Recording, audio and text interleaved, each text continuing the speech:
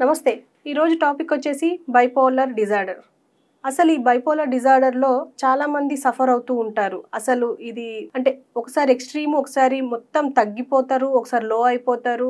అసలు ఎలా అనేది వాళ్ళ మూడ్‌ని మనం చెప్పలేకపోతూ ఉంటాం.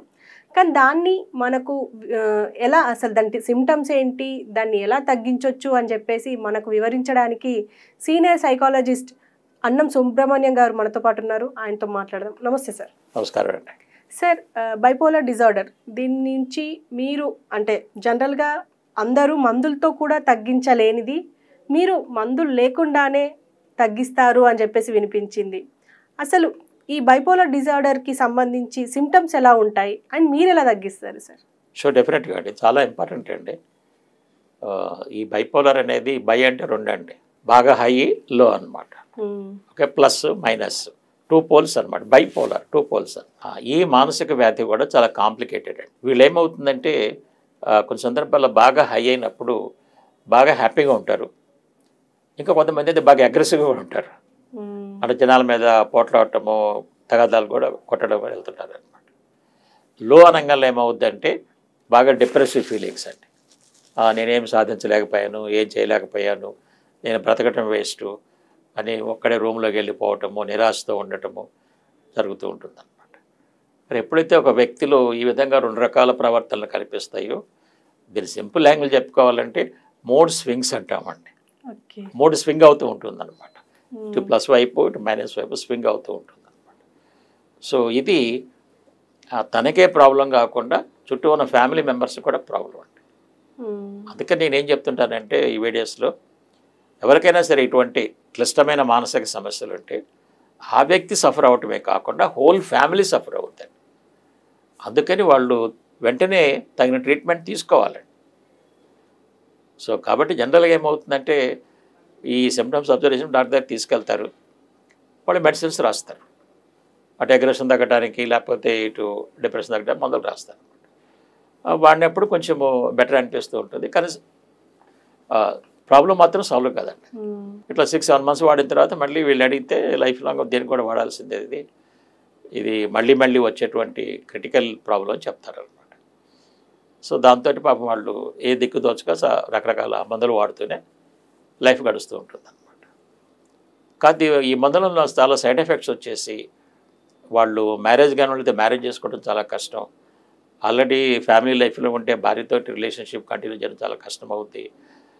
మరి ఈ రకరకాల సమస్యల్లో పడుతుంటారనమాట. సో అందుకని దీని మీద బాగా రీసెర్చ్ చేసి నేను ఈ బైపోలర్కి కూడా రూట్ కారణం థింకింగ్ అండి. ఇది ఎలా అవుతుందంటే వీళ్ళు ఏదైనా రిలేషన్షిప్లో ప్రాబ్లం వచ్చినా, అదేదా లేదా ఒకసారి జాబు అనుకోకుండా జాబ్ పోయినా కూడా, లేకపోతే ఎవరైనా బాగా క్రిటిసైజ్ చేసినా, ఓకే, దీంట్లో పడే అవకాశం ఎక్కువ ఉంటుందన్నమాట. నేను ట్రీట్ చేసిన చాలా కేసులు ఉన్నాయి. ఒక ఎగ్జాంపుల్ చెప్తాను మీకు.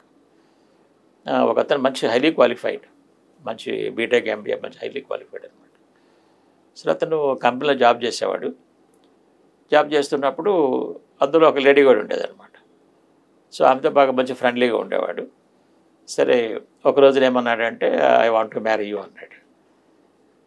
అనగానే ఆమె షాక్ అయింది. నువ్వు నన్ను మ్యారేజ్ చేసుకోవటం ఏంటి, నాకు ఆల్రెడీ మ్యారేజ్ అయిపోయింది, మరి నువ్వు నాతో ఇంతకాలం చాలా క్లోజ్గా ఫ్రెండ్లీగా మాట్లాడావు కదా.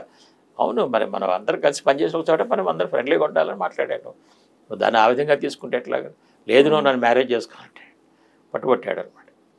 అప్పుడు ఆఫీసర్ వాళ్ళు చెప్పి చూశారు, వినలేదు, జాబ్ తీసేశారు. ఇప్పుడు ఇతనికి ఏమనిపిస్తుంది, నేను మోసపోయాను ఇక్కడ, పాప ఆయమ్మే తప్పలేదు, తప్పంత ఇంటి దగ్గరే ఉంది. ఓకే, ఇదే ఫెయిల్ అయిపోయానని ఇది. ఓకే, ఇక ఇంటికి వచ్చి ఇంటి దగ్గర జాబ్ పోతే ఇంటి దగ్గర ఉంటాడు కదా, ఇక పేరెంట్స్లో వాళ్ళ తప్పులు పట్టుకొని వాళ్ళ మీద అగ్రెషన్గా మాట్లాడటము, వాళ్ళని తిట్టడము, కొట్టబడటం. పేరెంట్స్ పాపం సీనియర్ సిటిజన్స్ వాళ్ళు. ఓకే, సరే ఇతను ఏం చేశాడు, మందులు వాడటం స్టార్ట్ చేశాడు. 10 years మందులు వాడారండి, తగ్గలేదు. తగ్గకపోయినా కొంతమంది సజెస్ట్ చేశారంటే, పెళ్లి చేస్తే నా లైన్లోకి వచ్చేస్తే ఆటోమేటిక్గా ఒక అమ్మాయి వచ్చింది కదా అని చెప్పి పెళ్లి చేశారండి. పెళ్లి చేస్తే ఏమైపోయింది, మరి ఇతను ఆల్రెడీ 10 years మందులు వాడాడు కాబట్టి ఆ సైడ్ ఎఫెక్ట్స్ వల్ల ఇతను చేయలేకపోయాడు. పాపం భార్య చూసింది, ఒక 2-3 weeks చూసింది, ఇతను ఏం చేయలేకపోతున్నాడు. అప్పుడు అడిగితే చెప్పాడు ఈ విధంగా ప్రాబ్లం ఉందని. ఆమె డైవర్స్ వెళ్ళిపోయిందండి. మరి ఇప్పుడు ఇది ఇంకా పెద్ద షాక్ కదా. అవును. మళ్ళీ అదే డాక్టర్ దగ్గరికి వెళ్ళి మళ్ళీ 10 years మందులు వాడాడు. చివరికి ఎవరు నా గురించి చెప్తే ఎట్లా నేను చేస్తారని నా దగ్గరికి కన్సల్టేషన్కి వచ్చాడు.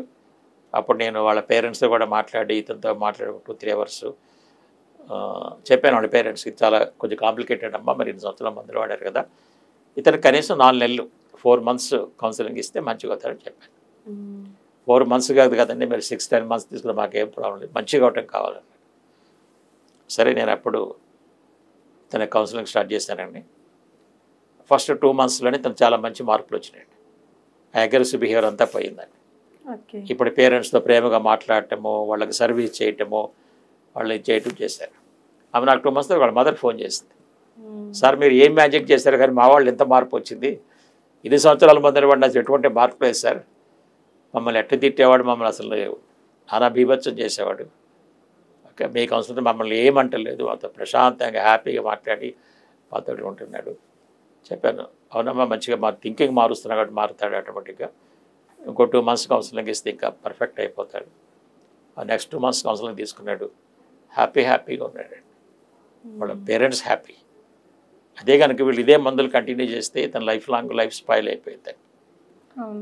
కాబట్టి నేనేం చెప్తున్నానంటే, ఎవరైనా సరే మీకు బైపోలార్ డిజార్డర్ అండి, మీరు మందులు వాడుతున్నా సరే మందులు వాడకపోయినా సరే నా దగ్గర కనుక వస్తే మొత్తం బాగా డీటెయిల్డ్గా స్టడీ చేసి, మందులు వాడని వాళ్ళకైతే 4 monthsలో దాదాపుగా 100% బయటికి రావచ్చండి. ఆల్రెడీ మందులు వాడుంటే మాత్రం 4 to 6 months 8 months పట్టచ్చు. ఓకే కౌన్సిలింగ్ ద్వారా వాళ్ళని మంచిగా తీసుకొస్తామండి. కాబట్టి నేను చెప్తానంటే బైపోలార్తో ఎవ్వరూ సఫర్ అవ్వాల్సిన అవసరం లేదు.